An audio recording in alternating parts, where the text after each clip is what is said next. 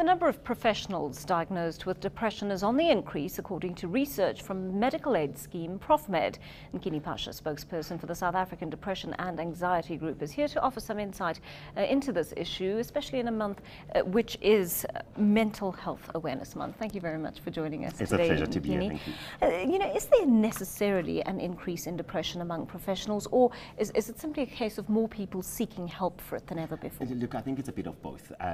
Certainly as the South African Depression and Anxiety Group, we are going out in full force, to try and really create awareness around, mental illnesses. And of course, depression being one of them. But also, if you look at, the dynamics, in this day and age, so as a professional, there's really a huge amount of expectations. There's a huge amount of pressures. With that comes, stress. And that's what we actually find. And of course, stress that is not attended to can actually, evolve into a much more severe type of, a mental disorder. We know that, anxiety disorders as well can very much, predispose, an individual to a depressive episode. I'm looking at some of the figures here, and I think this is a worrying one.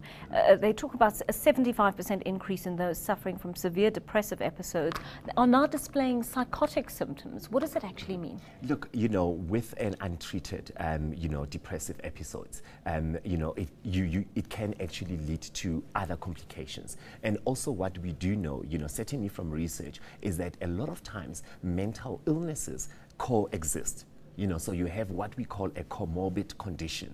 For example, you can have a depressive episode that really, comes along or as part of a bipolar disorder. And with bipolar disorder, we know that, psychotic-like symptoms can actually manifest. Psychotic meaning, does that predispose a person to violent behavior? Hallucinations and having delusions, so those are the type of symptoms that can actually manifest, because now this person is actually not receiving the proper treatment and the proper management for their condition. There's so many pressures today that weren't there before, Nkini. So, for example, we've got parenting demands, we've got our workplace demands, we've got financial demands, all of which we're struggling Societal to meet. Pressures, exactly. So how do we go about adjusting our lifestyles? Look, it's very, very important that we need to take care of our mental well-being.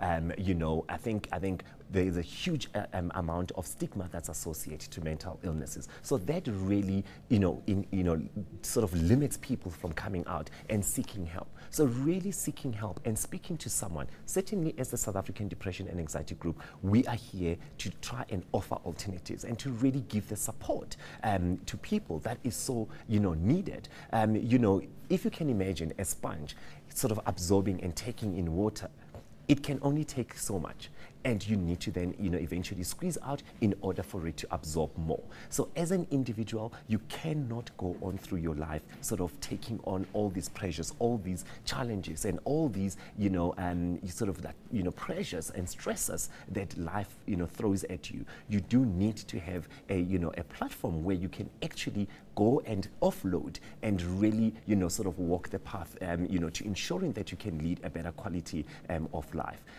So certainly as a South African Depression and Anxiety Group, we encourage people to come forward, speak to us. We've got trained counselors. We operate from 8 a.m. to 8 p.m., 365 days a year. So, so that we can then be able to really start offering alternatives and ensuring that people can lead better lives and basically mentally, healthy lives. Okay, we're going to give your number to our viewers in just a moment, but I want to end with one quick question, because some of the matrics around the country have begun their practicals today, an extremely stressful time for them. Just some very quick advice from you, please, Nkini. I think it's very, very important. As a matriculant, you need to have a proper plan. You need to really allow yourself to take proper breaks.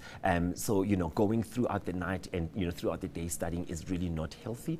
Your brain can only, take in so much. So really also encouraging that, you do take those breaks, you do exercise, you do eat healthy as well, and really allow enough time, to sleep and to rest so that your body can rejuvenate, and then you are able to actually achieve a lot more, the next day and obviously moving forward. And your brain then is, is able to be more alert, as well.